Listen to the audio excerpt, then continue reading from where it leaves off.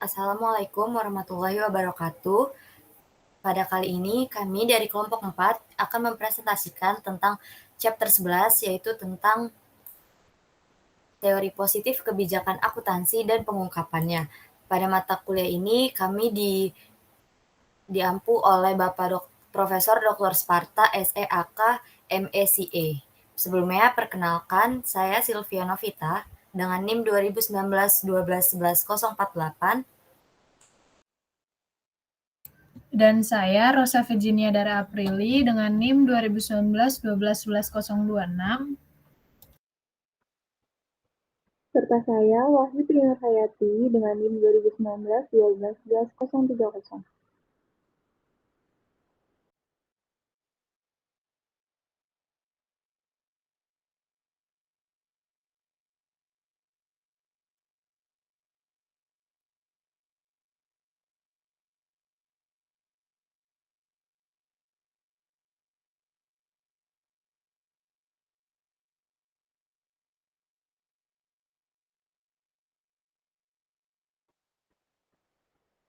Pada kesempatan kali ini, kami dari kelompok 4 akan membahas materi mengenai chapter 11 mata kuliah teori akuntansi, yaitu teori positif kebijakan akuntansi dan pengungkapan. Mata kuliah ini dipandu oleh dosen yaitu Bapak Asosiat Profesor Dr. Sparta SEAK MECA. Next.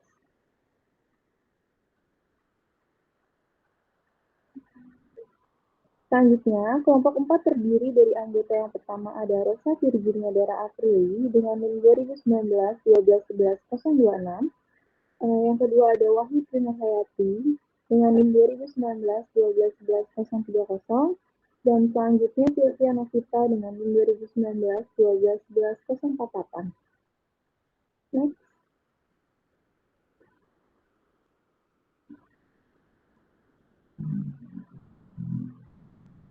Sebelum masuk ke teori positif dan pengungkapannya, kita bahas dulu mengenai permintaan awal untuk teori. Jadi untuk permintaan awal pada teori positif ini itu ada riset pasar modal yang mencoba menjelaskan efek akuntansi yang pada akhirnya tidak meyakinkan dan tidak konsisten. Hipotesis mekanistik dan tanpa efek, penelitian ini mengandalkan EMH, akhirat Laubaya keberangkatan, dan menyebabkan pengembangan teori positif pilihan kebijakan akuntansi. Penelitian tentang pasar modal sendiri itu belum memberikan gambaran yang dibutuhkan oleh peneliti, praktisi, dan regulator. Selain itu, penelitian pasar modal tidak secara khusus mengatasi masalah penting stakeholder, seperti dampak dari regulasi akuntansi terhadap pemberi pinjaman atau pengguna laporan akuntansi non-stakeholder. Dengan demikian, meskipun penelitian pasar modal ini membentuk teori akuntansi positif gelombang pertama, gelombang keduanya dihadapkan pada isu-isu berikut. Contohnya, ada pertanyaan mengenai mengapa manajer mempersiapkan laporan akuntansi jika tidak ada peraturan yang mengharuskannya. Ada pula pertanyaan mengenai mengapa manajer membuat keputusan akuntansi yang sistematis dan melobi buat standar untuk mencoba mempengaruhi praktik akuntansi mana yang diperbolehkan menurut standar. Ada juga pertanyaan mengenai apa yang memotivasi manajer dalam membuat keputusan akuntansi. Jika perusahaan dituntut untuk mengubah taktik akuntansinya, tindakan apa yang mungkin diambil manajer sehingga akan mempengaruhi reaksi investor, pasar modal, serta pihak lainnya.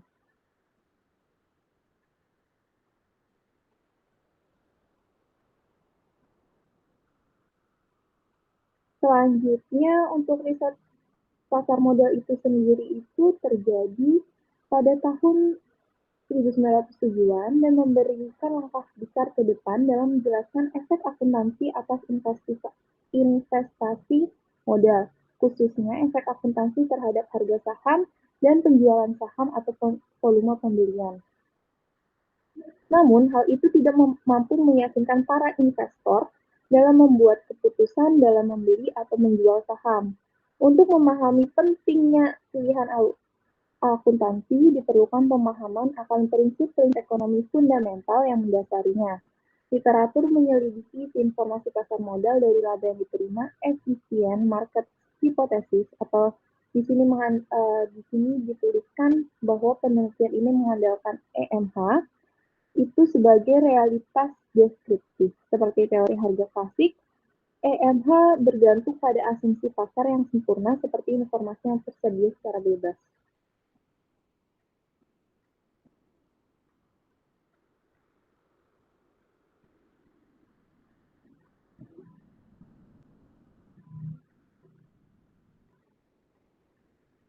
Biaya transaksi ini nol, tidak ada pajak dan tidak ada kontrol monopoli. Semua partisipan adalah pengambil harga. Nah, berdasarkan asumsi ini, harga akan segera disesuaikan untuk memberikan informasi akuntansi.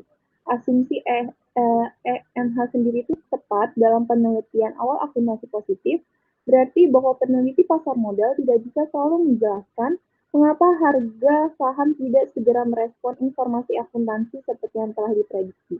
Dengan demikian, ketika mereka menyelidiki reaksi pasar terhadap rilis praktik akuntansi dan pendapatan perusahaan, peneliti membuat beberapa pengamatan signifikan yang mendorong minat pada pengembangan teori positif atas pilihan kebijakan akuntansi. Pengamatan tersebut dijelaskan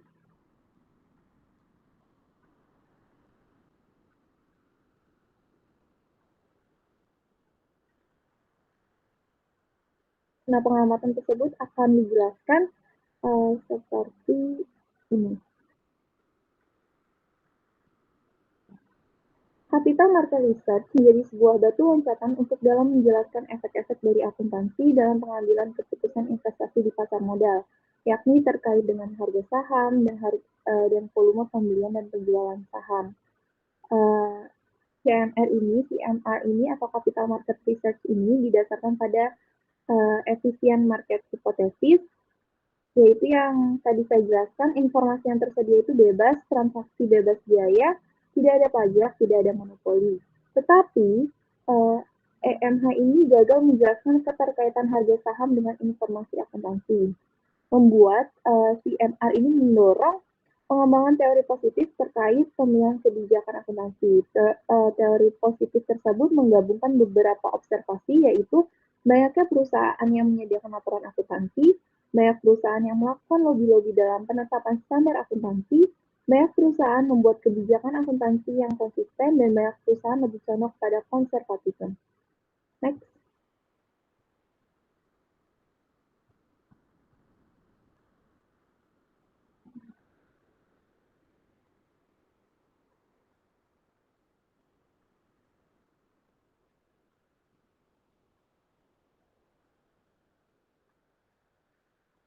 Permintaan awal untuk teori positif masukkan sejumlah pengamatan. Nah, pengamatan ini itu secara keseluruhan perusahaan cenderung memilih metode akuntansi yang menerapkan tindakan konservatif laba, aset, dan ekuitas. Sekali lagi, peneliti di sini tuh dipaksa untuk bertanya mengapa perusahaan cenderung memilih metode tersebut.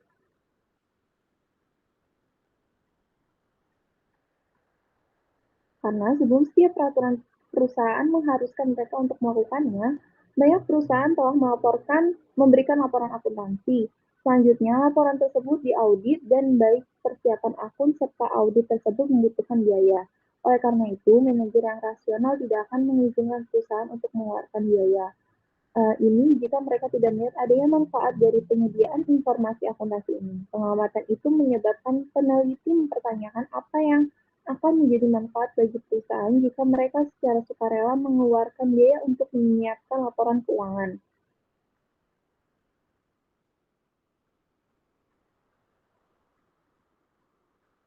Bagi perusahaan yang mengadopsi paradigma positif, antropologis, atau induktif token pasar dasar itu adalah yang pertama, praktek akuntansi yang sudah ada. Yang kedua, sikap manajemen terhadap praktek tersebut.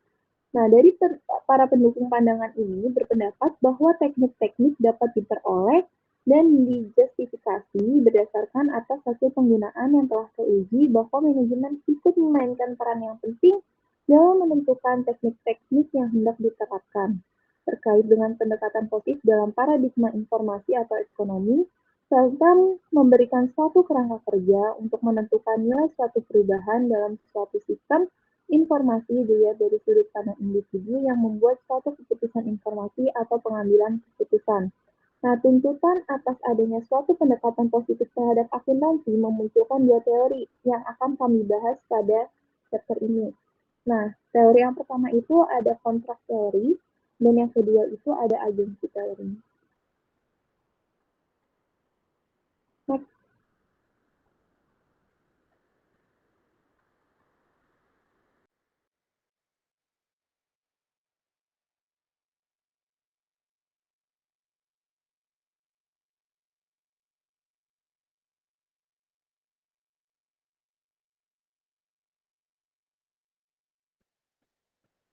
Teori kontrak atau contracting teori, perusahaan dilihat sebagai hubungan kontraktual.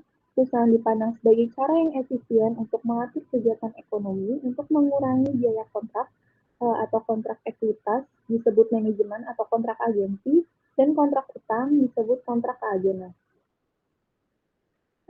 Contracting teori ini mencirikan perusahaan sebagai legal nexus atau koneksi dari hubungan kontraktual antara pemasok dan konsumen faktor-faktor produksi. Perusahaan akan eksis karena hal ini, memiliki biaya yang lebih rendah bagi individu untuk bertransaksi atau melakukan kontrak melalui organisasi pusat daripada melakukannya secara individual. Dalam arti yang lebih umum, daripada semua pemasok faktor-faktor produksi seperti tanah, tenaga kerja, dan modal, secara individual melakukan kontrak dengan konsumen atas output mereka. Lebih baik kontrak ini diambil oleh perusahaan untuk menghubungkan antara beberapa kelas pemasok dan konsumennya. Di sini ada ahli yang berpendapat yang bernama Koas bahwa perusahaan akan ada karena perusahaan merupakan bentuk yang paling efisien dari kontrak penghubung atau nexus dalam mengatur dan mengkoordinasikan kegiatan ekonomi serta mengurangi biaya kontrak.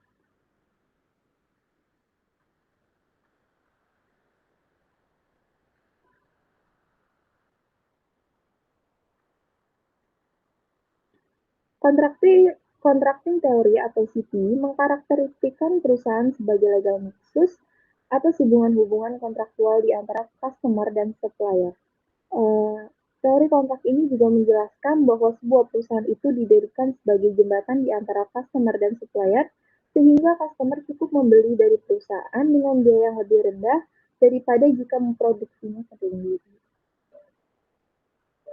Perusahaan dianggap sebagai cara yang paling efektif dalam mengkoordinasikan aktivitas-aktivitas ekonomi untuk mengurangi biaya kontraktual.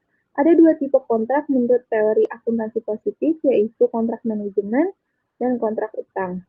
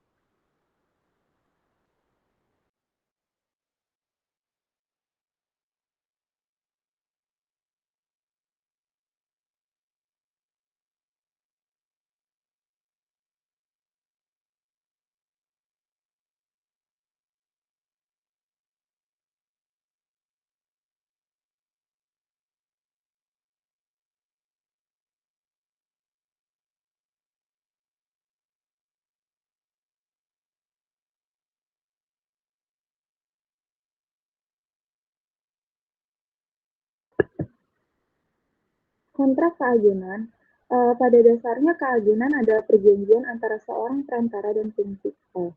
Perantara mengikatkan diri kepada suatu prinsipal untuk melakukan suatu perbuatan hukum untuk kepentingan prinsipal. Antara prinsipal dan agen didasarkan pada kontrak keagenan, di mana satu pihak atau prinsipal melibatkan pihak lain atau agen untuk bertindak atas nama mereka. Misalnya, ada pemisahan manajemen dan kepemilikan. Nah, kedua belah pihak dalam kontrak keagenan ini adalah pemaksimal utilitas. Oleh karena itu, agen dapat bertindak berdasarkan kepentingan pribadi, seperti pilihan kepentingan adalah masalah keagenan. Kontrak yang menggabungkan angka akuntansi dapat digunakan untuk menyelaraskan kepentingan kedua belah pihak.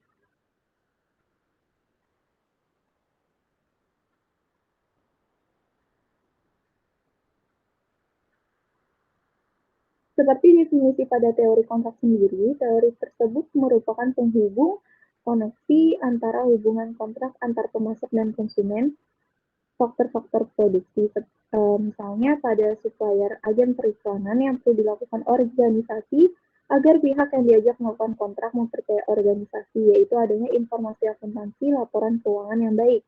Misalnya, laporan keuangan dapat digunakan oleh karyawan untuk mengetahui keadaan keuangan perusahaan, laba atau rugi, sehingga bisa digunakan untuk meminta kenaikan gaji dengan mengetahui berapa gajinya yang tertunda.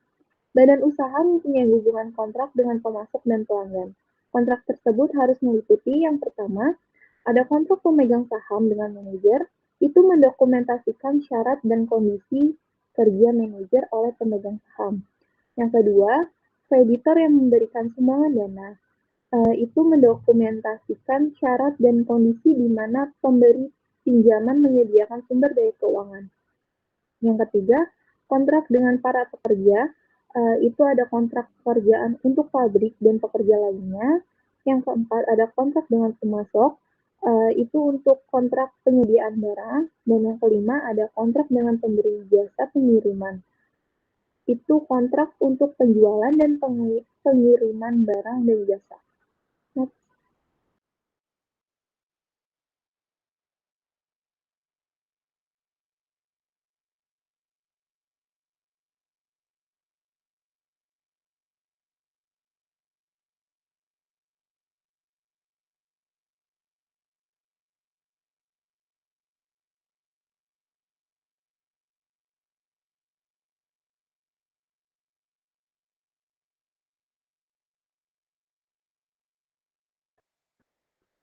Meskipun penting untuk memahami bahwa perusahaan melibatkan multiplisitas kontrak, teori akuntansi positif biasanya berfokus pada dua jenis kontrak, yaitu manajemen kontrak dan debt kontrak. Kedua kontrak tersebut merupakan agensi kontrak atau teori agensi yang mana dalam teori keagenan telah disediakan banyak sumber penjelasan untuk praktek akuntansi yang sudah ada. Selanjutnya kita masuk ke dalam teori agensi. Masalah keagenan pada gilirannya menimbulkan biaya keagenan yang dikeluarkan untuk mengatasi yang pertama ada biaya pemantauan, yang kedua ada biaya ikatan, dan yang ketiga ada biaya kerugian sisa.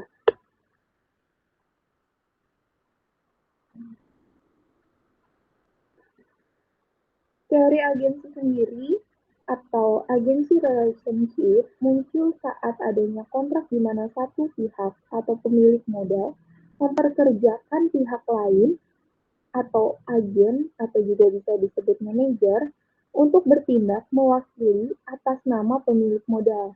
Kedua belah pihak merupakan utility maximizer sehingga muncul praduga bahwa agen akan bertindak untuk keuntungannya sendiri yang tidak selaras dengan keinginan dari pemilik modal.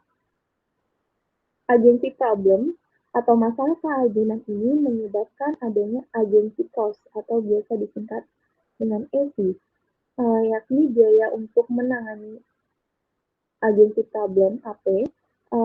Agency cost ini dibagi menjadi tiga. Yang pertama ada biaya pemantauan atau biasa disebut monitoring cost atau bisa juga disingkat MC. Yang kedua ada biaya ikatan atau bisa disebut bonding cost. Yang terakhir ada kerugian sisa atau bisa disebut juga dengan residual.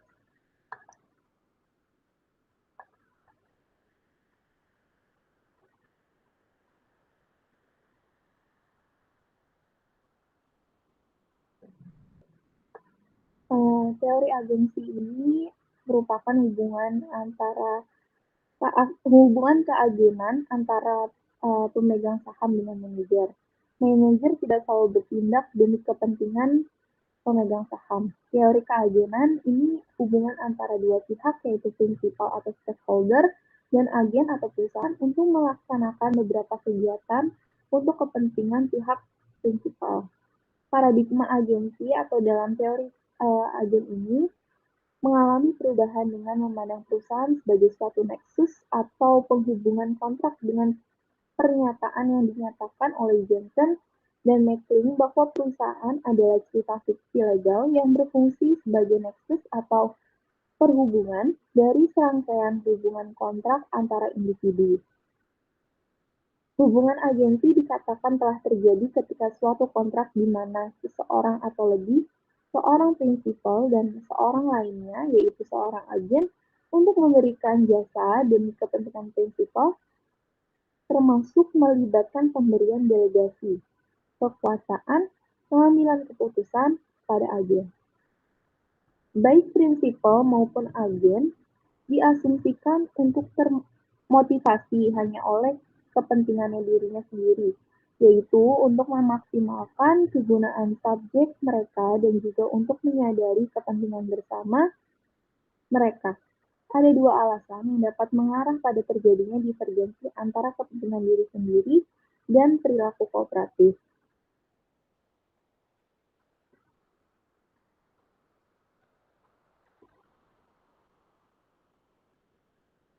Alasan yang pertama itu adanya seleksi yang merugikan. Sebagai suatu masalah informasi timbul ketika agen menggunakan informasi khusus yang tidak dapat diverifikasi oleh prinsipal untuk mengimplementasikan dengan sukses suatu aturan input tindakan yang berbeda dengan yang diinginkan oleh prinsipal. Dan karenanya prinsipal tidak mampu menentukan apakah si agen telah membuat pilihan yang tepat atau tidak.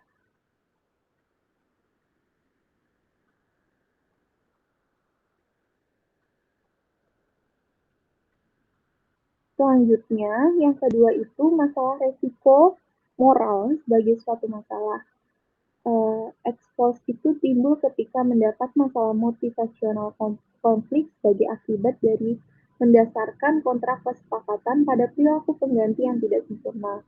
Masalah keagenan yang timbul adalah masalah yang mendorong agen untuk bersikap seolah-olah ia sedang memaksimalkan prinsip kesejahteraan. Sebagai contoh, di manajemen ada suatu manajer perusahaan. Manajer telah insentif meningkatkan konsumsi perquisite seperti penggunaan mobil perusahaan, akun biaya, atau ukuran pembayaran bonus dengan mengorbankan para pemegang saham. Masalah keagenan pada gilirannya menimbulkan biaya agensi. Pada tingkat yang paling umum, biaya agensi adalah setara dolar dari penurunan kesejahteraan yang dialami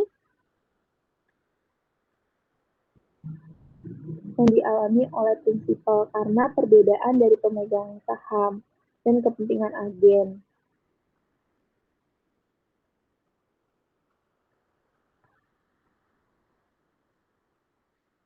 Seharusnya perusahaan melakukan kegiatan demi kepentingan prinsipalnya karena stakeholder sudah mempercayakan sumber dananya kepada perusahaan.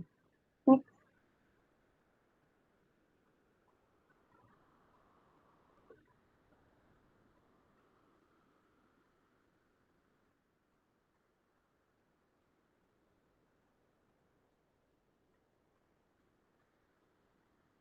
Akan tetapi, terkadang agen juga meminta keuntungan lebih dari prinsipal. Dalam hal ini biasanya agen adalah manajemen, mereka minta keuntungan untuk dirinya sendiri. Contohnya seperti meminta fasilitas besar sehingga harus dimonitor atau diawasi antara lain dengan cara membuat laporan keuangan, external audit, dan biaya lain untuk membuktikan bahwa perusahaan bekerja dengan baik. Laporan keuangan itu digunakan untuk memonitoring. Nah, dalam teori agensi ini, ada biaya pemantauan atau monitoring cost. Biaya pemantauan adalah biaya pemantauan perilaku agen. Awalnya ditanggung oleh prinsipal, tetapi diteruskan ke agen melalui penyesuaian remunerasi mereka atau perlindungan harga. Dalam biaya pemantauan ini seperti biaya audit atau aturan operasi. Biaya ikatan, biaya yang ditanggung oleh agen sebagai akibat dari mereka mengambil tindakan untuk menyelaraskan kepentingan mereka dengan kepentingan prinsipal, memberikan laporan keuangan yang lebih teratur, biaya bagi manajer dalam hal waktu dan usaha, serta adanya keterbatasan aktivitas. Biaya pemantauan atau monitoring cost sendiri itu merupakan biaya yang dikeluarkan oleh pemilik modal untuk mengukur, mengobservasi, dan mengontrol perilaku dari agen. Contohnya adalah untuk A. Pelaksanaan audit, B. Budget restriction, C. Pembuatan SOP. Monitoring cost ini atau biaya pemantauan ditanggung oleh pemilik modal untuk kemudian diberikan kepada agen dalam bentuk penyesuaian remunerasinya. Dalam contoh itu ada seorang manajer dengan reputasi yang baik diekspektasikan akan bekerja sesuai kepentingan pemilik modal, maka akan mendapatkan remunerasi atau perlindungan harga yang lebih baik, serta monitoring cost yang lebih rendah dibandingkan dengan manajer dengan sifat yang sebaliknya.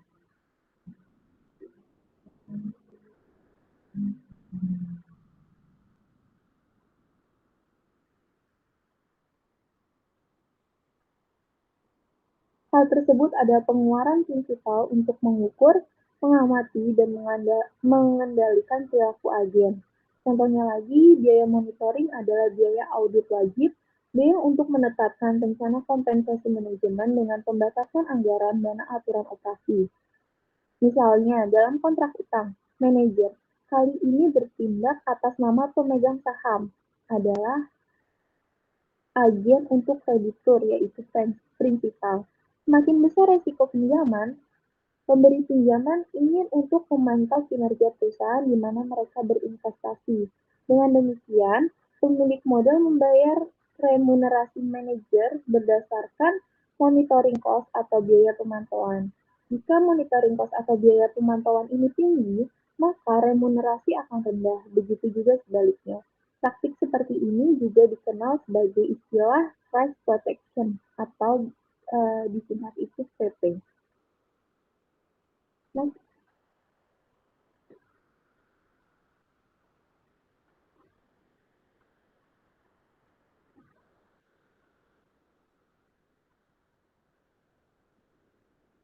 dalam teori agensi, agen mengeluarkan biaya ikatan untuk mengurangi biaya pemantauan yang akhirnya mereka tanggung.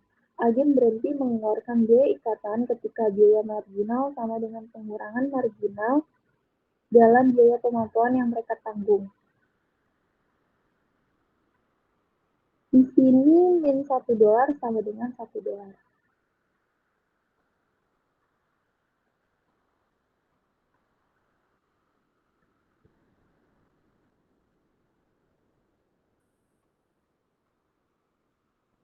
Biaya ikatan sendiri biasa disebut bonding cost.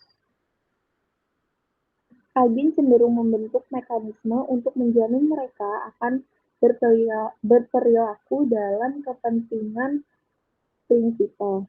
Biaya dalam pembuatan dan penyesuaian mekanisme ini dikenal sebagai biaya ikatan atau bonding cost. Karena hal tersebut adalah biaya ikatan kepentingan agen untuk prinsipal.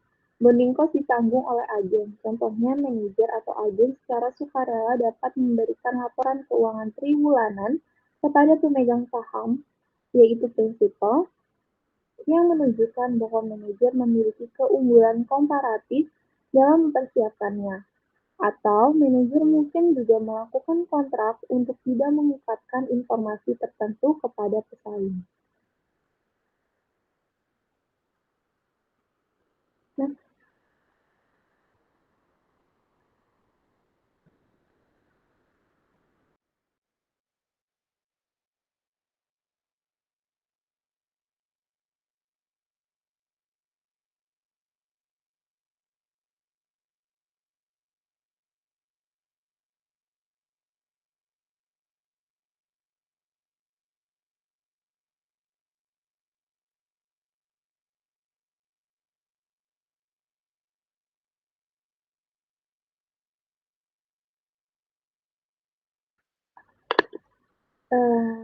Masalah yang terakhir dalam teori agensi itu ada rugi sisa, atau bisa disebut juga sisa kerugian atau residual loss. Rugi sisa (NS) kerugian yang terkait dengan tidak dapat sepenuhnya menyelaraskan kepentingan agen dengan kepentingan prinsipal. Mantan pos menetap dikurangi mantan pos sama dengan pada akhir setiap periode, remunerasi agen di masa depan berdasarkan kinerja agen yang diamati. Prinsipal mengubah remunerasi yang akan dibayarkan kepada agen untuk menyelaraskannya dengan kinerja mereka. Meskipun tadi ada monitoring cost dan bonding cost, agen masih berpotensi untuk tidak bertindak sesuai dengan kepentingan pemilik modal sepenuhnya. Sehingga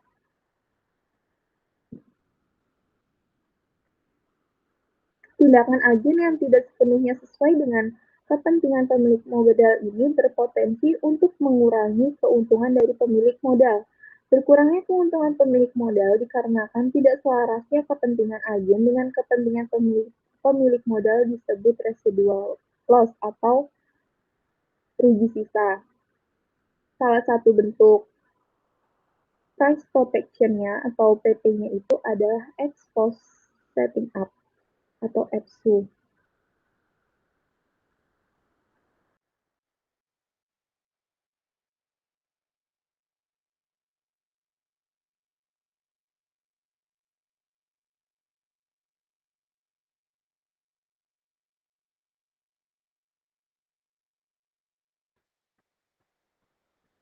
EPSU sendiri ditujukan untuk mengatur pemberian remunerasi bagi para agen di akhir periode.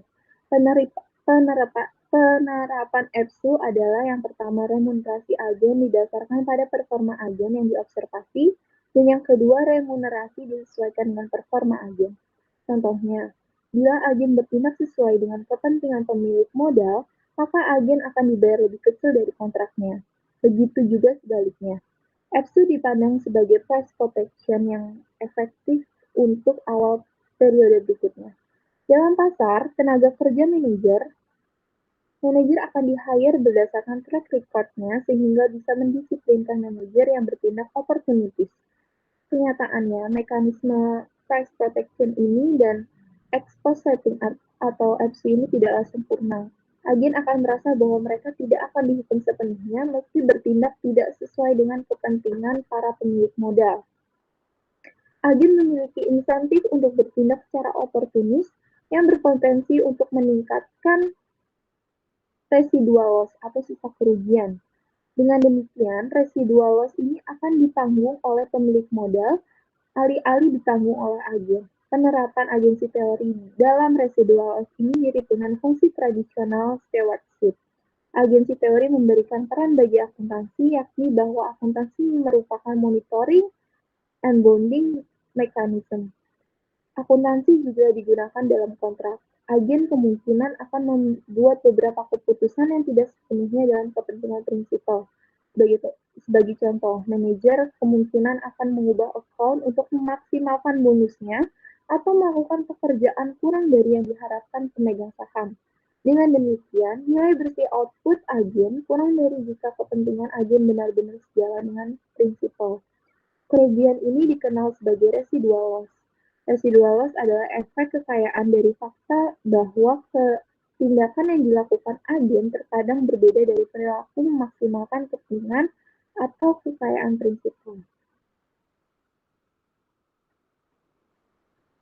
Jika pasar informasi manajerial dan pemegang saham sangat efisien, maka pasar akan memiliki informasi sehubungan dengan insentif dan kesempatan bagi agen untuk bertindak dengan cara yang bertentangan dengan kepentingan prinsipal. Oleh karena itu, semua informasi ini akan tergabung dalam harga remunerasi agen. Artinya, prinsipal akan menggaji agen sesuai dengan harapan prinsipal tentang berapa banyak perilaku agen yang kemungkinan akan bertentangan dengan kepentingan prinsipal. Dalam keadaan ini, prinsipal akan memperoleh perlindungan harga atau price protection tadi. Oleh karena perlindungan harga merupakan biaya yang ditanggung oleh agen menerima remunerasi kurang dari yang seharusnya.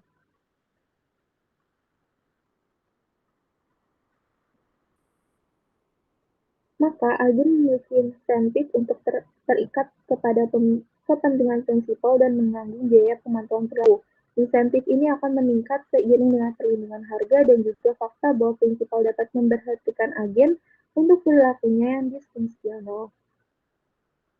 The ex-post setting up atau EPSU ini akan pada akhir satu periode merupakan perlindungan harga yang efektif untuk awal periode berikutnya.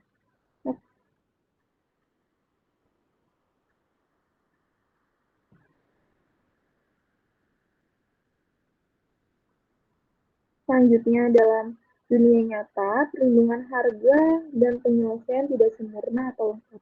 Agen merasa bahwa mereka tidak akan sepenuhnya dihukum karena perilaku mereka yang berbeda, dan mereka memiliki insentif untuk bertindak secara oportunistik.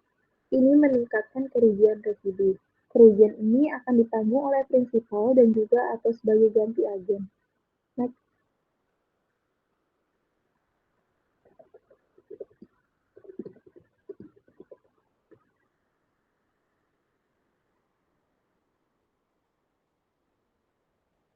Teori keagenan ini adalah atribut peran untuk akuntansi.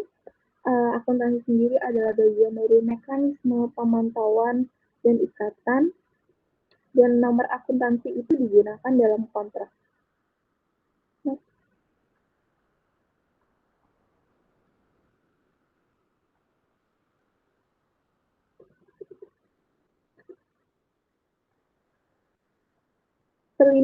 Masuk dalam perlindungan harga dan masalah keagenan pemegang saham atau manajer. Pemisahan kepemilikan dan manajemen menyebabkan perilaku yang berbeda oleh agen. Divergensi terjadi karena masalah pengendalian resiko, masalah retensi dividen, dan masalah cakrawala. Untuk slide selanjutnya akan dibahas oleh Sylvia Novita.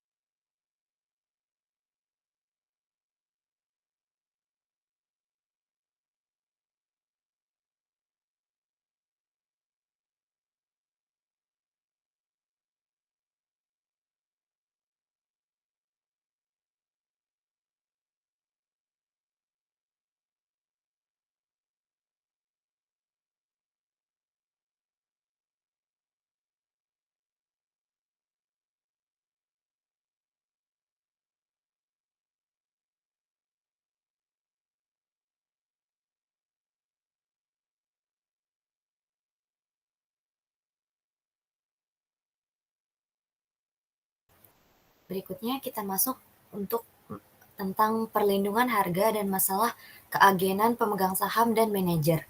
Di sini yang pertama itu mengenai tentang penghindaran resiko, di mana manajer lebih menyukai resiko yang lebih kecil daripada pemegang saham, di mana berbagai tingkat diversifikasi yang mempengaruhi resiko dan kewajiban terbatas yang diberikan kepada pemegang saham. Seperti yang kita ketahui bahwa semakin kecil kepemilikan manajer dalam perusahaan, maka semakin besar kemungkinan manajer untuk mengkonsumsi penghasilan tambahan dan manfaat lainnya secara berlebihan. Perlindungan harga dalam hal ini menjadi dua bentuk, di mana ketika owner dan manajer menjual sebagian interest perusahaannya, maka investor membayar saham yang mereka pikir layak dan Harga menggabungkan diskon untuk mengembangkan harapan manajer untuk mengkonsumsi lebih banyak manfaat pada pekerjaan daripada kepentingan investor. Dengan demikian, harga untuk owner manager ini dibayar untuk penurunan saham selama ekspektasi pasar atas perilaku yang bertentangan dengan kepentingan ini yang mengikat. Jika pemilik baru melakukan atau memantau kinerja manajer secara lebih dalam, maka pemilik akan menggaji manajer atas dasar penilaian terhadap kemungkinan perilaku yang bertentangan dengan kepentingan mereka. Apabila pasar bersifat efisien, maka pemegang saham baru akan menerima normal rate of return pada tingkat rata-rata. Di sini, manajer akhirnya menanggung biaya pemegang saham dalam memantau kinerja mereka dan perilaku mereka diekspektasikan akan mengurangi kekayaan pemilik. Oleh karena itu, mereka merupakan pihak yang memiliki insentif terhadap kontrak tindakan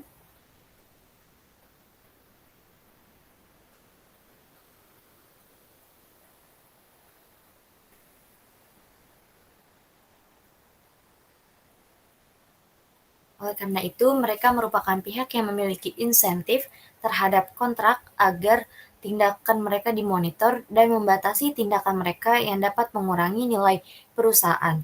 Jika mereka memberikan jaminan di muka yang cukup kredibel bahwa mereka akan bertindak sesuai dengan kepentingan pemegang saham, maka pasar akan membayar harga yang lebih tinggi untuk kepentingan kepemilikan ini dan ada kemungkinan berkurangnya pemantauan. Di penghindaran risiko ini, adanya pemisahan antara pemilik dan manajer yang mendorong agen untuk melakukan tindakan-tindakan yang berbeda dengan kepentingan pemilik modal. Masalah perbedaan tindakan yang diambil ini dikarenakan beberapa masalah. Yang pertama itu mengenai tentang risk aversion problem, dividend retention problem, dan horizon problem. Di sini nanti akan dibahas satu persatu. Yang pertama itu mengenai risk aversion problem atau kita kenal disingkat sebagai RAP. Di sini diartikan bahwa agen lebih menyukai resiko yang lebih rendah dibandingkan dengan resiko yang diharapkan oleh pemilik modal atau shareholders. Di sini shareholders lebih menyukai resiko yang tinggi dikarenakan yang pertama, shareholders bisa melakukan diversifikasi terkait investasinya sehingga bisa melindungi nilai investasi yang mungkin rugi dengan nilai investasinya. Yang kedua, tanggung jawab kerugian terbatas atas nilai investasinya saja. Sementara investasi agen atau manajer adalah terkait dengan SDM atau skill keahlian manajerialnya yang dimana tidak bisa didiversifikasi untuk tindakan hedging. Saat manajer gagal nih di dalam menjalankan tugasnya, persepsi terhadap dirinya akan menurun, bahkan bisa dipecat. Hal ini yang coba dihindari oleh manajemen sehingga manajer lebih memilih meminimalisasi resiko mereka daripada memaksimalkan nilai perusahaan. Next.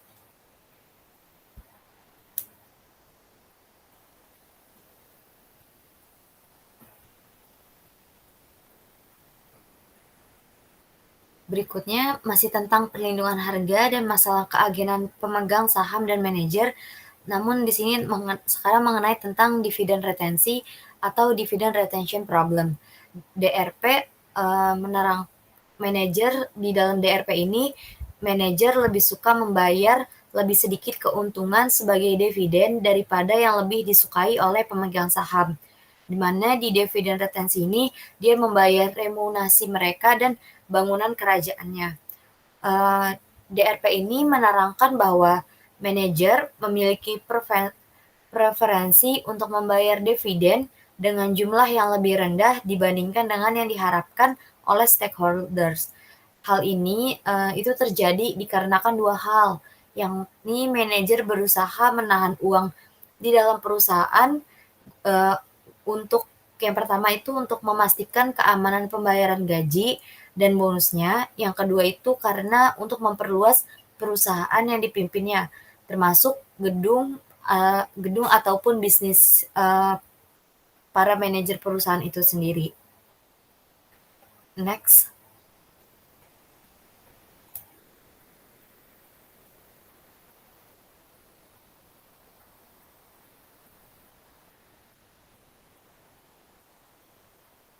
Sekarang mengenai tentang horizon problem atau cakrawala di dalam perlindungan harga dan masalah keagenan pemegang saham dan manajer.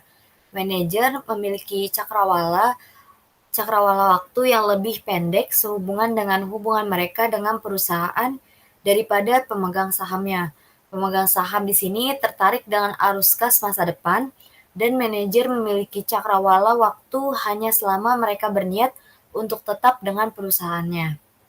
Di sini HP atau horizon problem ini menerangkan bahwa manajer memiliki jangka waktu atau time horizon yang lebih pendek dibandingkan dengan shareholders. Time horizon dari shareholders ini secara teori itu dianggap tidak terbatas, sementara time horizon dari manajer terbatas, di mana terbatasnya ini dengan periode yang mereka ingin bertahan di perusahaan yang sedang dia kuasai. Untuk mengatasi permasalahan-permasalahan ini, maka solusinya itu dengan contracting atau melakukan kontrak. Salah satu cara contractingnya bisa dengan menyandingkan remunerasi manajer dengan performa perusahaan, misalkan dengan harga saham, dan memaksimalkan harga saham yang dianggap sebagai insentif yang lebih baik untuk jangka panjang jika dibandingkan dengan memaksimalkan laba jangka pendeknya itu sendiri. Namun harga saham tidak pada kendali manajer, sehingga manajemen lebih memilih penilaian performanya, yang dimana penilaian performanya ini itu berdasarkan atau didasarkan pada profit yang dihasilkan. Profit di sini dianggap berhubungan langsung dengan kinerja manajer. Jadi seperti yang kita ketahui, jika profit yang dihasilkan tinggi oleh suatu perusahaan, maka dapat dinilai kinerja manajernya. Semakin tinggi profitnya, maka kinerja manajernya semakin baik dan semakin bagus, serta efisien.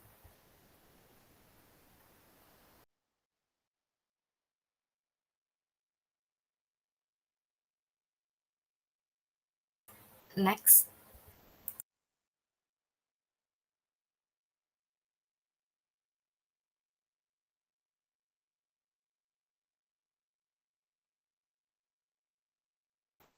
Berikutnya mengenai kontrak yang dapat digunakan untuk mengurangi keparahan di dalam masalah-masalah yang ada di perlindungan harga dan masalah keagenan antara pemegang saham dan manajer. Tadi sudah disebutkan mengenai remunerasi manajer itu biasanya terkait dengan kinerja perusahaan dalam beberapa cara untuk memotivasi manajer untuk bertindak demi kepentingan pemegang saham. Di dalam kontrak ini, kinerja dapat dikaitkan dengan angka akuntansi seperti penjualan, laba, dan pengembalian aset, serta pertumbuhan aset bersih dan kelancaran arus kas. Di sini kinerja dapat dikaitkan juga dengan harga saham perusahaan, di mana kalau misalnya harga saham suatu perusahaan itu mengalami kenaikan, maka kita dapat menilai bahwa perusahaan itu sangat efisien dan efektif dalam mengelola dananya, sehingga membuat harga sahamnya naik dan menghasilkan profit yang tinggi. Kontrak yang dapat digunakan untuk mengurangi dampak dari masalah itu salah satunya dengan mengaitkan remunerasi manajer kepada harga saham. Nah, di sini berdasarkan EMH, harga saham itu mencerminkan kepentingan dan ekspektasi pemilik atau prinsipalnya tentang tingkat resiko investasi serta semua arus kas di masa yang akan datang. Di mana di sini akan berpengaruh langsung kepada going concern dari perusahaan itu sendiri. Dengan demikian, hal itu tuh nantinya akan mencerminkan penilaian pasar atas perkembangan efek kekayaan bagi pemegang saham dari adanya preferensi tadi yang pertama itu tentang pengurangan resiko dan dividend retention. Laba sering dianggap sebagai hal yang lebih langsung berhubungan dengan kinerja manajerial daripada harga saham. Dengan demikian, laba akuntansi sering digunakan untuk menentukan remunerasi manajer. Adapun kontrak spesifik yang berarti di sini nanti yang berhubungan langsung itu yaitu laba nantinya akan memotivasi manajer untuk bertindak dalam kepentingan pemegang saham yang dimana di sini meliputi pertama itu providing a bonus plan where the upper limit of the bonus partially depends on the firm dividend payout ratio. Di sini yang dimana untuk mengurangi dividend retention problemnya, yaitu dengan memberikan rencana bonus di mana batas atas bonus itu sebagian tergantung pada rasio pembayaran dividen perusahaan. Yang kedua itu untuk mengurangi masalah cakrawala. Di sini bisa dengan paying managers more and on the basis of share price movement as the manager approaches retirement. Di sini membayar manajer lebih banyak berdasarkan pergerakan harga saham saat manajer mendekati pensiun. Jadi ketika pergerakan sahamnya itu terus meningkat, dan manajernya ini sudah memasuki masa pensiun, maka perusahaan bisa mengasihkan insentif atau kompensasi lebih tinggi lagi karena dia sudah berhasil menaikkan pergerakan harga saham yang terus meningkat. Dan sebaliknya, jika pergerakan harga saham itu semakin menurun, maka manajer akan lebih sedikit dalam menerima pembayarannya. Yang ketiga itu untuk meminimalkan masalah dari penghindaran resiko. Dengan bagaimana? Dengan cara paying a bonus at a progressive rate as reported profit increase. Di sini membayar bonus dengan tarif progresif seiring dengan peningkatan laba yang dilaporkan. Semakin besar laba yang dilaporkan oleh suatu manajer perusahaan, maka bonus dan tarifnya itu akan semakin meningkat atau progresif. Berikutnya, untuk mengurangi masalah penghindaran resiko. Di sini remunerating managers less with share-based compensation as the manager's ownership in the firm increase. Di sini memberi upah lebih sedikit kepada manajer dengan kompensasi berbasis saham karena kepemilikan manajer di perusahaan yang meningkat. Pada titik ini, penting untuk menekankan bahwa angka akuntansi lebih sering digunakan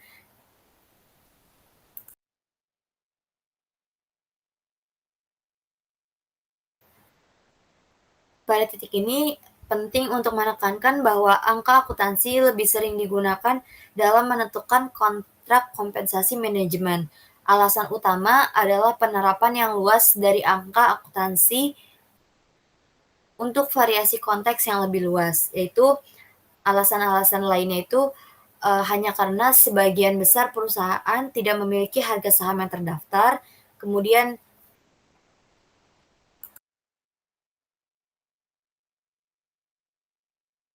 alasan yang kedua itu harga nilai pasar perusahaan bersifat non-observable yang berdasarkan pertukaran yang tipis untuk kepemilikan yang untrade atau tidak diperjualbelikan, misalnya property companies atau unincorporated entities, di mana alasan yang ketiga ini mengenai tingkat pembayaran manajemen lebih rendah daripada CEO-nya dan divisi atau section lainnya.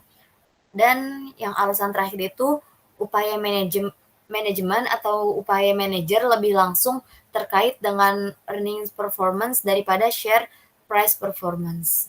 Next.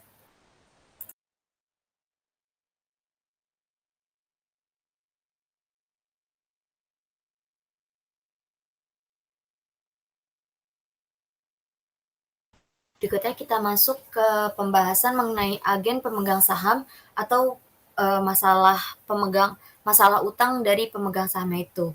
Di dalam konteks ini, manajer diasumsikan sebagai pemilik tunggal perusahaan atau memiliki kepentingan yang sepenuhnya selaras dengan kepentingan pemegang saham, di mana prinsipal adalah pemegang utang dan agen adalah manajer yang bertindak atas nama pemegang saham. Dalam pembahasan ini itu sesuai dengan yang disebutkan barusan, diasumsikan bahwa manajer adalah pemilik tunggal dari perusahaan atau memiliki kepentingan yang sepenuhnya sejalan dengan kepentingan shareholders, di mana pemilik modal atau prinsipal adalah kreditor atau debit holder atau sebagai lendernya, dan agen merupakan manajer yang bertindak mewakili atas nama shareholders. Next.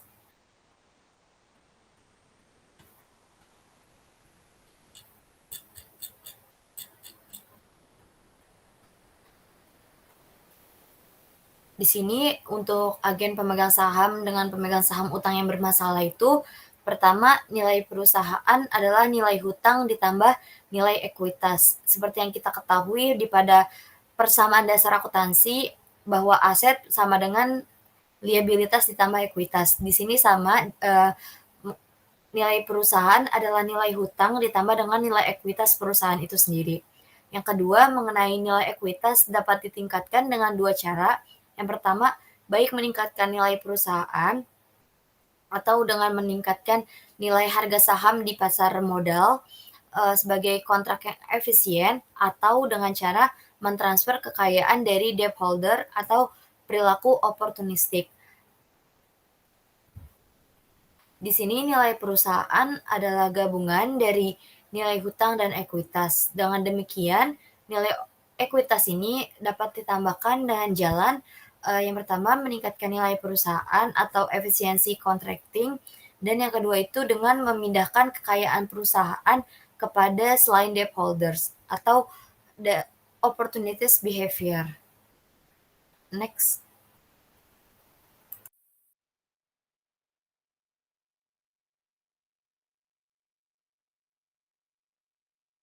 Nah, tadi setelah disinggung mengenai opportunistic behaviors, di mana di dalam perilaku opportunistic ini ada ragamnya, yaitu mengenai tentang pembayaran dividen yang berlebihan, yang kedua tentang substitusi aset, yang ketiga kurang investasi, dan yang keempat itu mengenai klaim pengeceran.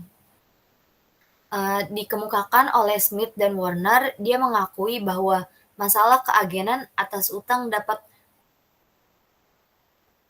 mengembangkan 4 cara utama untuk memindahkan kekayaan dari debt holders ke shareholders-nya, yaitu dengan cara yang pertama tadi excessive dividend payments, terus ada asset substitution dan under investment, serta claim dilution. Next.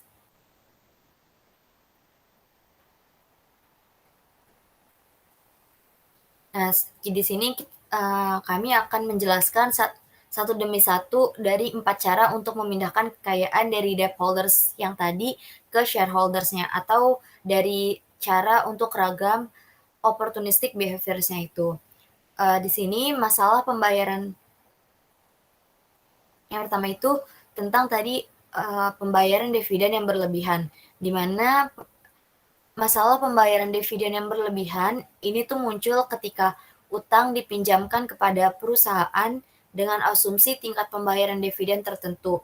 Utang di sini dihargai secara sesuai, namun perusahaan kemudian mengeluarkan tingkat dividen yang lebih tinggi, di mana dengan menerbitkan dividen yang lebih tinggi akan mengurangi basis aset dalam mengamankan utang dan mengurangi nilai utang. EDP atau pembayaran dividen yang berlebihan ini terjadi saat perusahaan menerbitkan kebijakan pembayaran dividen yang lebih tinggi setelah melakukan pinjaman. Dengan menerbitkan kebijakan pembayaran dividen yang lebih tinggi, maka akan mengakibatkan 3 kemungkinan, yaitu pertama, penurunan nilai aset yang digunakan untuk pembayaran utang, yang kedua, mengurangi nilai dari utang, Yang ketiga, utang dinilai dengan nilai yang salah, di mana EDP secara ekstrim akan leaving debt holders with nothing and shareholders with the funds. Meski sangat menguntungkan shareholders, namun shareholders tidak dapat dituntut apabila terjadi kebangkrutan karena adanya tanggung jawab yang terbatas dari shareholders-nya itu. Di sini bisa disimpulkan bahwa di dalam pembayaran dividen yang berlebihan akan mengurangi basis aset yang mengamankan utang, terus kemudian pemegang saham yang telah menerima uang tetapi tanggung jawab terbatas yang melindungi mereka dari tanggung jawab pribadi atas hutang perusahaan jika terjadi kebangkrutan, dan hutang menjadi salah harga dan di mana salah harga ini nantinya akan mengurangi nilai hutangnya. Next.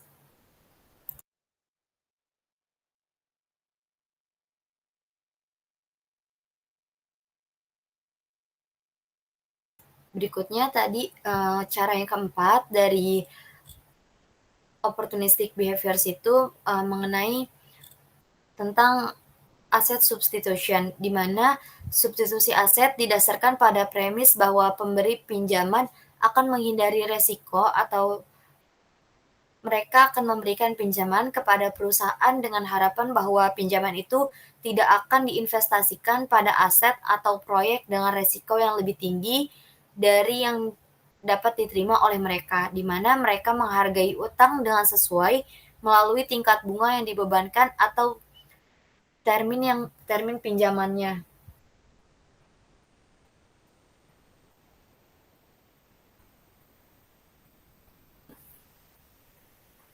Di asset substitution ini berasumsi bahwa lenders merupakan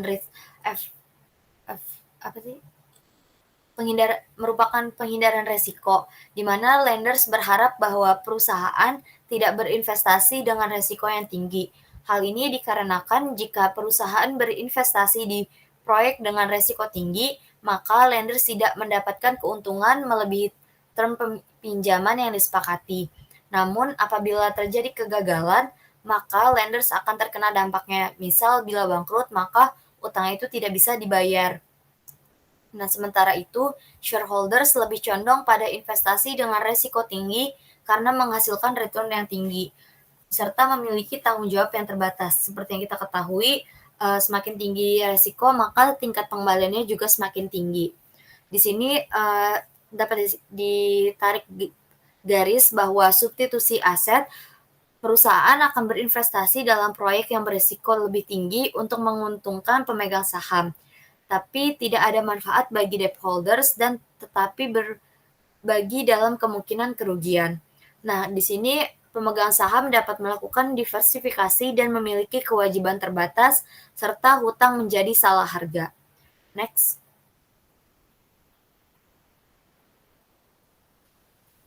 Cara yang ketiga itu dengan kurang investasi atau under investment. Dalam beberapa keadaan, pemegang saham memiliki insentif untuk tidak melakukan proyek net present value positif karena hal itu akan meningkatkan dana yang tersedia untuk debt holders tetapi tidak untuk pemegang saham.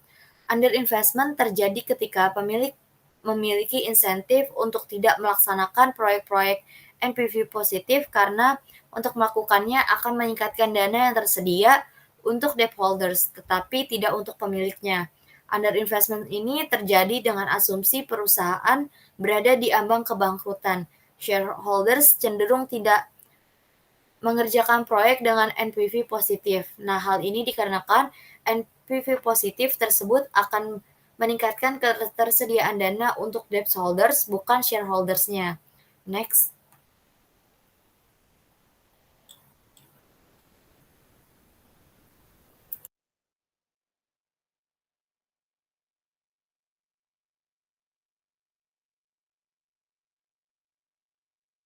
Cara yang terakhir, yang keempat itu dengan klaim pengeceran atau claim dilution.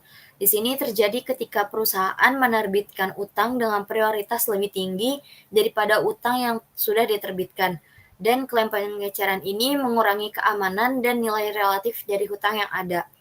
Claim dilution terjadi ketika perusahaan menerbitkan utang dari prioritas yang lebih tinggi daripada utang yang sudah diterbitkan. Hal ini itu akan meningkatkan dana yang tersedia untuk meningkatkan nilai perusahaan dan nilai interest pemilik, tetapi akan menurunkan keamanan relatif dan nilai hutang yang ada, di mana artinya ini mendelusi nilai hutang yang ada karena utang yang kini telah menjadi lebih beresiko dengan adanya utang dan prioritas yang lebih tinggi. Claim dilution ini terjadi saat perusahaan mengambil utang dengan prioritas yang lebih tinggi dan atau memiliki tanggal jatuh tempo yang lebih cepat dari utang yang sekarang ditanggung perusahaan, dengan asumsi prioritasnya setara.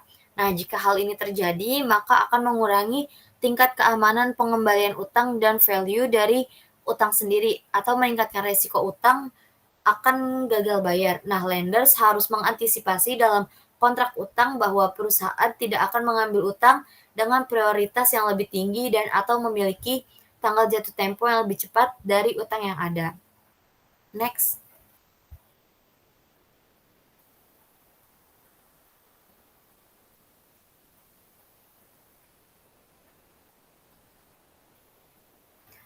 Berikutnya masih tentang agen pemegang saham utang yang bermasalah. Di sini pemberi pinjaman akan melindungi harga melalui suku bunga, pemotongan dana, dan lamanya pinjaman.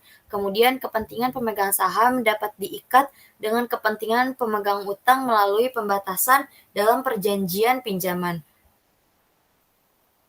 Lenders akan melindungi investasinya dengan perjanjian pinjaman melalui penetapan tingkat suku bunga, withholding funds, dan atau dengan jangka waktu utang, guna memaksa shareholders untuk bertindak sesuai dengan kepentingan debt holders. Debt holders juga akan memberikan ketentuan dalam kontrak utang yang berisi batasan-batasan tindakan ekonomi yang boleh dilakukan perusahaan. Misalnya, tidak boleh utang dengan prioritas yang sama, dengan jatuh tempo lebih pendek, atau memaksa manajemen melakukan tindakan-tindakan khusus tertentu di mana tindakan ini menjaga rasio aset sebagai jaminan utang yang disebut dengan debt covenant, di mana di dalam covenant ini terdapat dalam kontrak utang, biasanya dapat dikategorikan dalam kategori berikut. Yang pertama itu perjanjian yang membatasi peluang produksi investasi perusahaan. Perjanjian inti dirancang untuk mengurangi substitusi aset dan kurang investasi. Yang kedua, perjanjian yang membatasi pembayaran dividen dan biasanya meningkatkan pembayaran dividen dengan fungsi laba. Perjanjian ini menghalangi pembayaran dividen yang berlebihan. Dan yang ketiga itu perjanjian yang membatasi kebijakan pembiayaan perusahaan. Ini ditunjukkan untuk masalah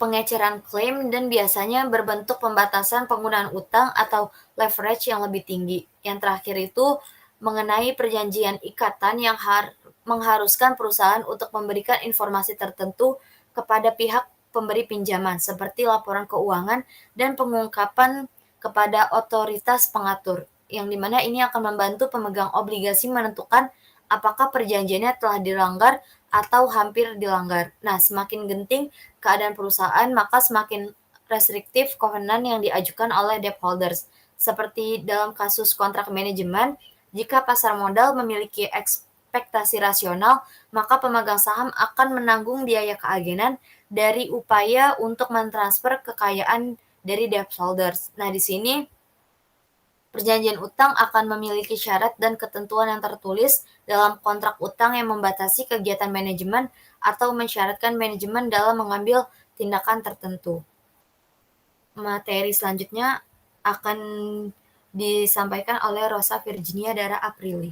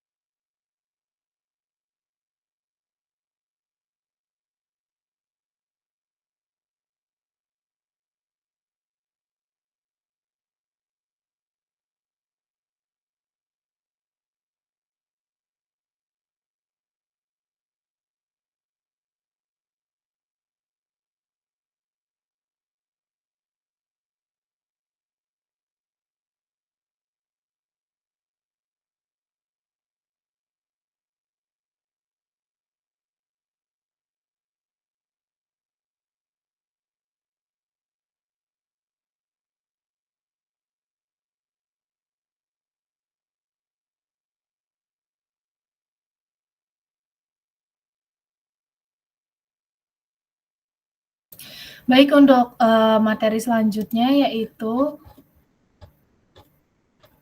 ex post opportunisme versus ex pendekatan kontrak yang efisien.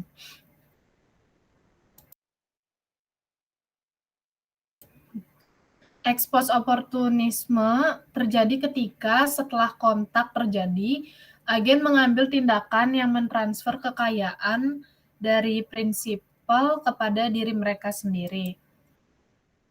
Dalam pembahasan ini, diasumsikan bahwa agen bersifat oportunis dengan mencoba mengambil kekayaan pemilik modal untuk dirinya, dikarenakan yang pertama, PP tidak sempurna, yang kedua, EPSU juga tidak sempurna. Pendekatan ini dikenal dengan istilah opportunistic perspective atau OP. Contohnya yaitu hipotesis yang didasarkan pada OP adalah yang pertama bonus plan hypothesis dan yang kedua the debt to equity hypothesis. Ex post opportunis ini atau EPO timbul saat kontrak sudah ditetapkan dan agen mengambil kekayaan pemilik modal kepada dirinya. Jika perusahaan dalam keadaan kritis, agen akan berusaha menjaga agar perusahaan tidak melanggar debt covenant dan merahasiakan keadaan krisis ini dari debt holders dalam waktu selama mungkin. Dengan demikian, perusahaan tetap bisa membayar gaji dan bonusnya, membayar dividen, namun mengurangi kemampuan pembayaran utang. Agen berusaha mengurangi biaya keagenan, dan agen berusaha memperoleh kemakmuran dari prinsipal. Menerapkan perspektif oportunistik untuk implikasi utang kontrak bahwa manajer akan bertindak dengan cara yang mencoba untuk mentransfer kekayaan dari pemegang saham pemberi pinjaman. Jadi, misalnya, jika manajer merasa bahwa perusahaan tidak melanggar perjanjian utang dan pemberi pinjaman tidak menyadari ujung masalah selama mungkin, hal tersebut memungkinkan perusahaan untuk terus beroperasi dan membayar dividen kepada shareholder sekaligus mengurangi jumlah kemungkinan akan tersedia untuk melunasi hutang perusahaan yang akhirnya gagal. Sebuah alternatif pendekatan oportunistik adalah dengan pendekatan kontak efisien. Jika kontak yang efisien, mereka menyelaraskan kepentingan agen dan prinsipal sehingga tindakan yang menguntungkan agen juga menguntungkan kepada kepala sekolah dan menguntungkan nilai perusahaan. Next.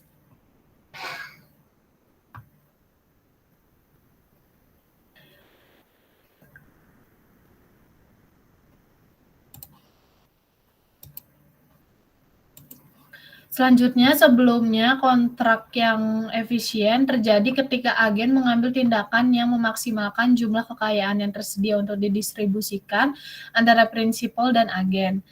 Lalu mantan atau ex sebelum kontrak ini dapat diselesaikan. Tadi alternatif untuk OP ini atau opportunistic perspective adalah efficient contracting approach atau ECA. ECA disebut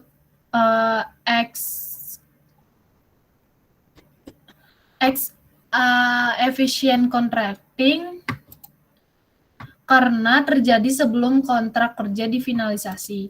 ECA terjadi saat agen mencoba memaksimalkan dana yang tersedia untuk didistribusikan kepada stakeholders, dan agen sendiri. Karena terjadi kontrak difinalisasi, maka prinsipal dan agen akan mencoba mencari jalan tengah agar kepentingan keduanya terpenuhi, sekaligus meningkatkan nilai perusahaan. Mengapa agen ini setuju? Diasumsikan bahwa agen menyadari bahwa apabila agen bertindak curang dengan mencoba memindahkan kekayaan shareholders kepada dirinya, maka agen akan disanksi untuk tindakan tersebut. Jika agen disanksi dan dipecat, akan mempengaruhi karirnya di masa mendatang. Hal ini akan dihindari oleh agen. disebut efisien karena AC bisa diminimalisasi dalam jangka panjang karena masih tahap perencanaan bukan corrective action. Berdasarkan ECA, agen akan berusaha menyediakan informasi akuntansi dan keuangan dengan lengkap guna mengurangi AC dan MC serta meningkatkan reputasi agen. Dalam keadaan technical default, lenders dan agen harus bersepakat apakah pelanggaran atas kovenant akan dinegosiasi lagi dengan syarat dari kontrak utang atau dapat dihapus utangnya atau refinance dan atau mengabaikan pelanggaran yang terjadi. Kedua pihak ini berusaha seefisien mungkin untuk menghindari biaya-biaya yang tidak perlu dalam prakteknya. Susah untuk membedakan apakah sebuah tindakan merupakan ex post atau ex ante atau ex opportunities atau ex efficient. Nah, tindakan yang bermanfaat bagi agen juga memberi manfaat prinsipal. Tindakan yang mementingkan agen sekarang akan memberi dampak kepercayaan di masa yang akan datang. Agen memiliki insentif untuk mentransfer kekayaan dari prinsipal kontraktor efisien.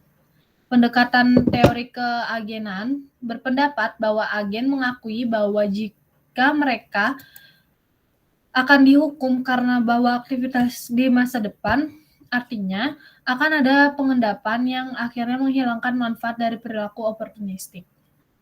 Baris ini mengakui argumen bahwa efek reputasi akan mengurangi remunerasi yang dibayarkan kepada agen di masa depan jika mereka melakukan perilaku disfungsional. Oleh karena itu, agen akan menegosiasikan kontrak yang menyelaraskan kepentingan. Next.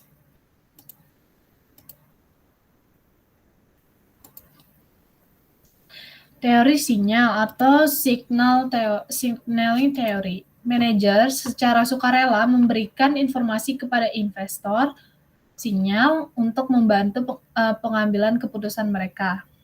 Ini mirip dengan kontrak yang efisien, lalu selaras dengan hipotesis informasi. Lalu manajer memberi sinyal harapan dan niat mengenai masa depan. Insentif untuk membayar sinyal kabar baik, netral, dan buruk. Signal theory atau ST didasarkan pada information perspective atau IP. Berdasarkan perspektif ini, manajer dengan sukarela menyediakan informasi kepada investor dengan tujuan untuk membantu investor mengambil keputusan investasinya. IP memiliki kemiripan dengan ECA. Manajer menyediakan informasi keuangan karena mereka memiliki keunggulan komparatif dan mengurangi MC dan EPSU cost. Berdasarkan IP, informasi akuntansi digunakan sebagai sinyal untuk memprediksi cash flow yang mempengaruhi perusahaan. Informasi akuntansi digunakan untuk mengindikasikan bagaimana atau berapa value perusahaan dan klaim terhadap perubahannya. Berdasarkan ECA, informasi akuntansi digunakan untuk mengindikasikan atau menginformasi perubahan cash flow yang mempengaruhi perusahaan atas kejadian ekonomi dan transaksi yang sudah terjadi. Information hypothesis selaras dengan ST, di mana manajer menggunakan akun-akun sebagai sinyal atas ekspektasi dan intensi terkait dengan masa depan. Manajer dengan good news cenderung memberikan pelaporan yang baik untuk memaksimalkan ekspektasi pertumbuhan perusahaan. Sedangkan manajer yang neutral news cenderung juga melaporkan hal-hal yang baik agar tidak dianggap memiliki performa buruk. Dan manajer yang memberikan bad news cenderung tidak melaporkannya. Dengan asumsi ini, ST memprediksi perusahaan akan mengungkapkan lebih banyak informasi dibandingkan yang diwajibkan. Bagaimana sinyalkah dianggap kredibel? Sinyal tersebut harus tidak mudah ditiru perusahaan lain, dan meskipun bisa ditiru oleh perusahaan lain, akan dibutuhkan biaya yang tidak murah. Manajer secara sukarela memberikan informasi pada investor untuk pengambilan keputusan.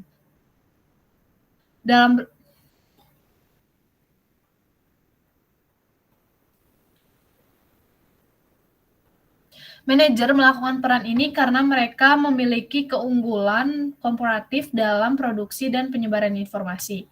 Signaling teori merupakan sinyal yang baik untuk stakeholder dalam pengambilan keputusan di masa yang akan datang. Contohnya yaitu peningkatan laba bersih dari tahun ke tahun untuk prospek di masa yang akan datang, adanya cadangan kerugian piutang yang semakin banyak sehingga menyebabkan gangguan yaitu pendapatan berkurang. Next.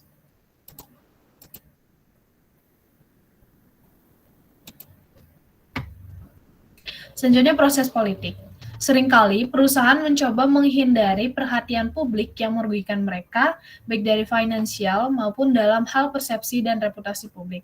Selain itu, mereka mengurangi laba yang dilaporkan atau volatilitasnya, misalnya sektor perbankan di Australia. Dalam konteks hubungan antara manajer dan debt holder, akuntansi dianggap sebagai suatu hal yang penting dalam proses politis sebagai salah satu sumber informasi mengenai perusahaan.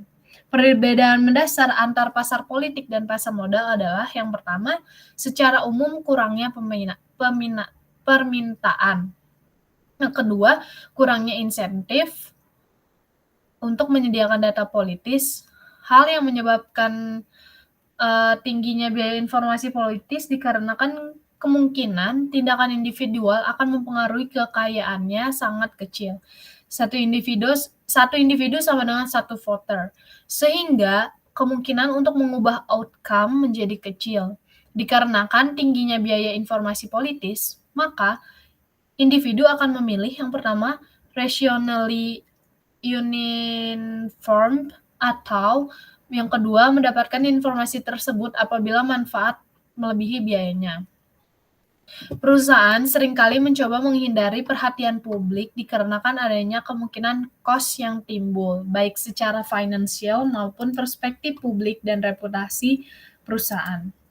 Perusahaan yang politically sensitif cenderung mengecilkan profitnya guna menghindari kritik maupun perhatian publik. Melibatkan hubungan badan usaha dengan berbagai pihak yang berkepentingan, bagaimanapun kemampuan informasi akuntansi untuk mengurangi biaya politik. Teori akuntansi positif juga model proses politik yang melibatkan hubungan antar perusahaan dan pihak lain yang berminat dalam perusahaan, seperti pemerintah, serikat buruh, dan kelompok masyarakat. Seperti dalam konteks hutang dan kontrak manajemen kompensasi, akuntansi adalah penting dalam proses politik sebagai salah satu sumber informasi tentang perusahaan. Proses politik mengupayakan biaya politik seminimal mungkin.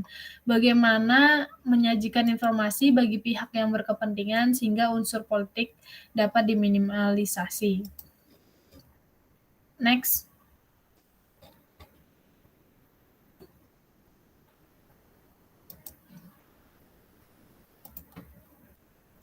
Selanjutnya, konservatisme, akuntansi standar, dan biaya agensi. Konservatisme menunjukkan bias oleh akuntan yang mempercepat pengakuan beban dan memperlambat pengakuan pendapatan. IASB berpendapat ini tidak mengungkapkan gambaran keuangan yang sebenarnya dan mengurangi informasi yang tersedia bagi pengguna.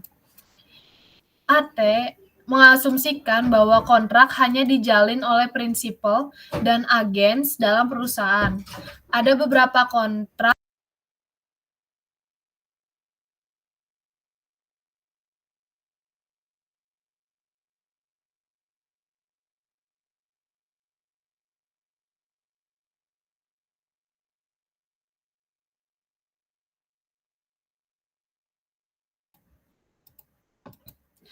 beberapa kontrak yang meminimalisasi AC dalam sebuah pasar modal yang well functioning.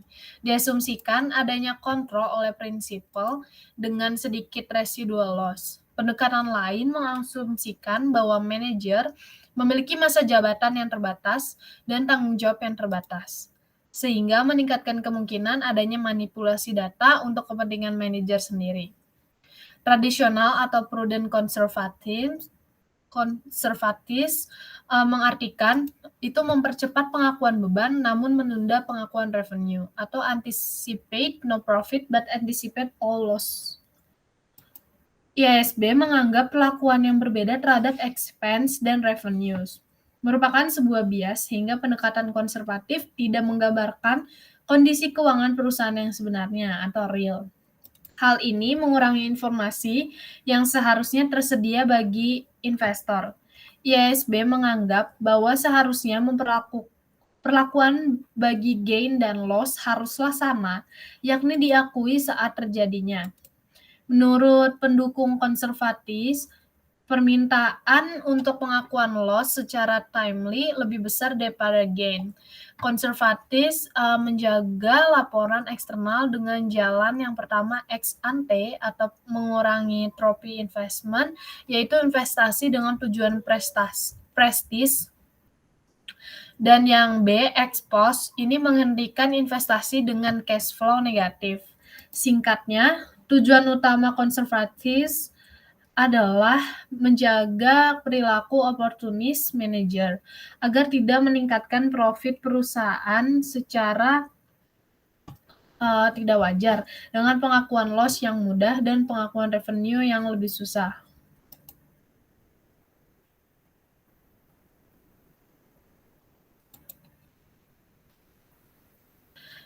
Kontrak keagenan antara prinsipal dengan agen, model pengendalian untuk kreditor dan pemegang saham. Dalam pembahasan di atas, pada teori keagenan secara implisit mengasumsikan bahwa kontrak lembaga yang dibuat hanya antara pelaku dan agen dalam perusahaan. Pada dasarnya, tentang tata kelola perusahaan internal dengan kontrak yang efisien. Artinya, dalam sebuah pasar modal yang berfungsi dengan baik dengan demokrasi, pemegang saham dan perusahaan ada tingkat yang meminimalkan biaya agensi. Ini menganggap dominasi atau kontrol oleh para prinsipal atau pemegang saham dan debt holders dengan kehilangan sedikit sisa. Informasi yang tidak lengkap, informasi yang jelek dilaporkan, sedangkan yang baik tidak dilaporkan sehingga tidak fair. Next.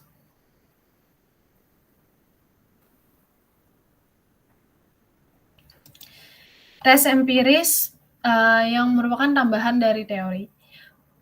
Ini menguji hipotesis biaya oportunistik dan politik, lalu tes menggunakan detail kontrak, lalu menyempurnakan spesifikasi biaya politik, lalu menguji hipotesis kontrak yang efisien. Nah, bukti bahwa manajer menggunakan angka akuntansi untuk yang pertama melawan tekanan politik, yang kedua mendapatkan keuntungan politik, yang ketiga menetapkan target manajemen terkait remunerasi, yang keempat meminimalkan pelanggaran perjanjian utang, yang kelima memberikan batasan dividen, yang keenam membatasi manipulasi manajemen. Studi empiris memberikan bukti bahwa manajer menggunakan informasi akuntansi untuk menghadapi tekanan politik, untuk memperoleh keunggulan politik, dan memperoleh kredit. Akuntansi yang dinyatakan kembali berdasarkan General Price Level Adjusting Accounting akan menyebabkan meningkatnya nilai aset dan mengurangi laba. Hal ini akan mempengaruhi kompensasi manajer, akan tetapi ada tendensi untuk penurunan pajak. Next.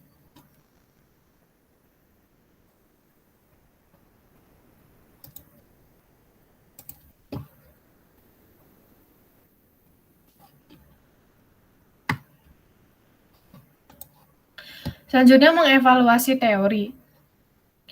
Dukungan campuran untuk teori akuntansi positif. Dua kategori kritik utama yaitu kritik metodologis dan statistik, bukti empiris lemah dan tidak meyakinkan, lalu kritik filosofis, lalu bertentangan dengan klaimnya, itu syarat dengan penilaian nilai, lalu berfokus pada perilaku manusia dan bukan perilaku dan pengukuran entitas akuntansi, dan yang terakhir positivisme tidak lagi dianggap serius.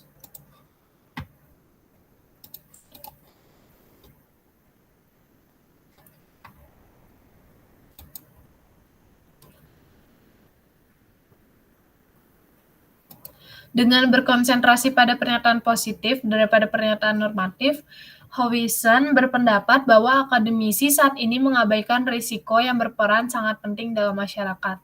Sebaliknya, Skipper berpendapat bahwa akademisi memberikan masukan yang sangat berharga untuk proses pengawasan dengan memastikan bahwa regulator dapat memahami dan memprediksi dampak ekonomi dan sosial dari standar akuntansi alternatif dan menginformasikan mengapa manajer membuat pilihan akuntansi tertentu dan apakah itu benar-benar berdasarkan adanya oportunisme yang mendorong pilihan-pilihan atau sebelum adanya kontrak efisien. Skipper menunjukkan bahwa akademisi harus fokus pada penelitian akuntansi positif sebagai masukan untuk proses penetapan standar. Kritik utama lainnya dari teori akuntansi positif terbagi menjadi dua kategori utama, yaitu kritik metodologis dan statistik dan kritik filosofis. Next.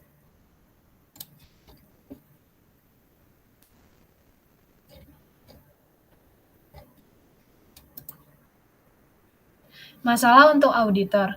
Permintaan untuk audit dapat dijelaskan oleh teori agensi sebagai bagian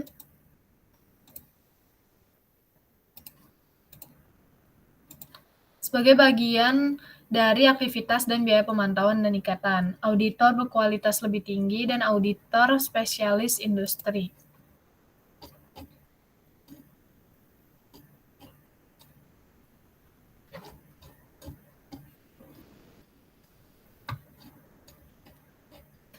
Akuntansi digunakan dalam kontrak untuk menentukan kompensasi manajemen dan sebagai dasar perjanjian utang. Akuntansi disyaratkan oleh hukum untuk dapat diaudit, tapi ada beberapa bukti yang menyatakan audit akan diminta tanpa adanya persyaratan hukum.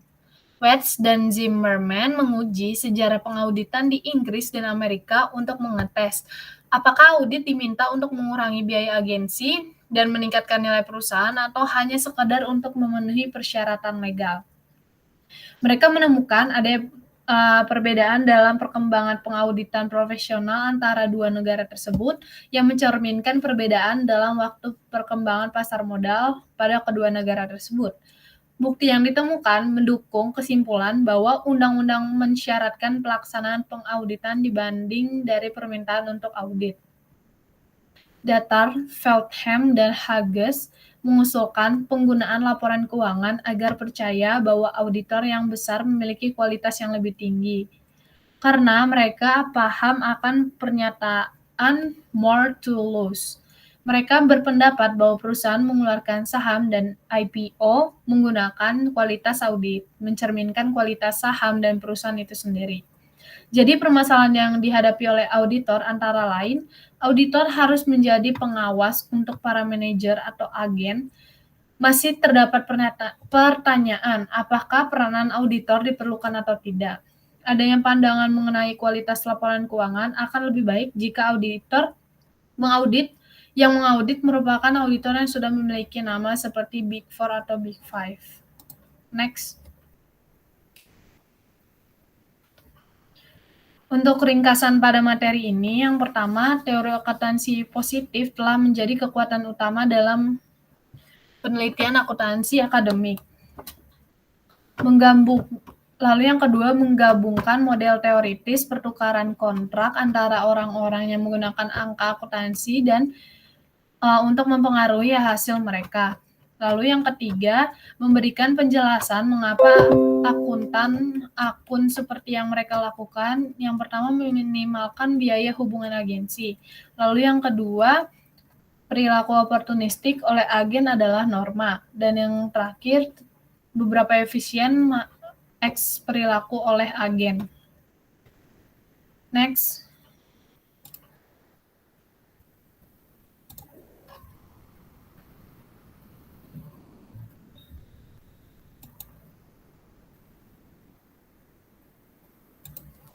Istilah dan konsep utama, yang pertama teori positif, lalu teori kontrak, lalu teori agensi, lalu agen, kepala sekolah, biaya pemantauan, biaya ikatan, kerugian sisa, penyelesaian ex post, masalah penghindaran risiko, masalah retensi dividen, masalah cakrawala, lalu masalah keagenan pemegang saham atau manajer, lalu masalah keagenan pemegang saham atau pemegang hutang, lalu masalah pembayaran dividen yang berlebihan, lalu masalah substitusi aset, masalah kurang investasi, klaim masalah pengenceran, ex post oportunisme, kontrak efisien ex ante, teori sinyal, proses politik, dan konservatisme. Next. Sekian untuk presentasi pada kesempatan kali ini. Kurang lebihnya mohon maaf. Wassalamualaikum warahmatullahi wabarakatuh. Terima kasih.